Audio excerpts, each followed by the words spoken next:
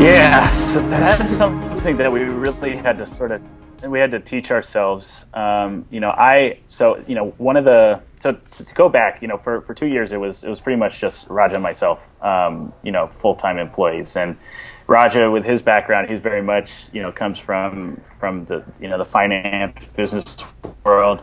So he really sort of steered the ship as CEO, on the financial side of things and big picture side of things.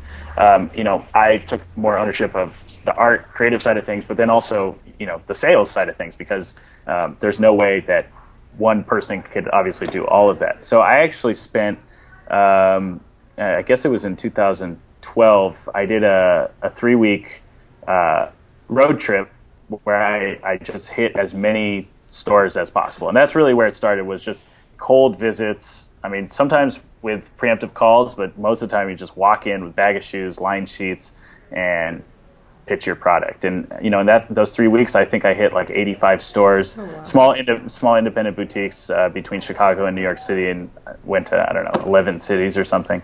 And so that was sort of like, okay, this actually is, you can get results from that, just plain and simple, just touching as many retailers as possible. And so we've got people on the team where that's really their focus, is making phone calls constantly, going to stores constantly, all over the country, and just getting the product in front of people. I mean, that's really, it's a numbers game. The more stores you go to, the more stores are going to pick you up.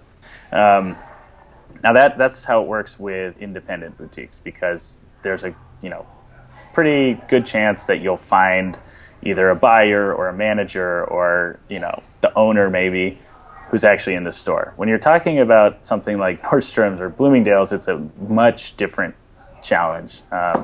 Highly tiered company with lots of gatekeepers, and it's hard to know sort of who you need to talk to, who can actually make the decisions. And it's also something that without traction with other, on other sides of the retail front, it's very difficult to even, begin a conversation.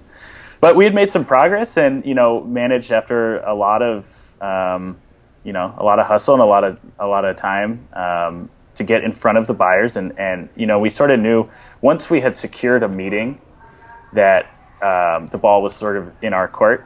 It was a matter of, okay, we got their attention, their undivided attention, for at least an hour.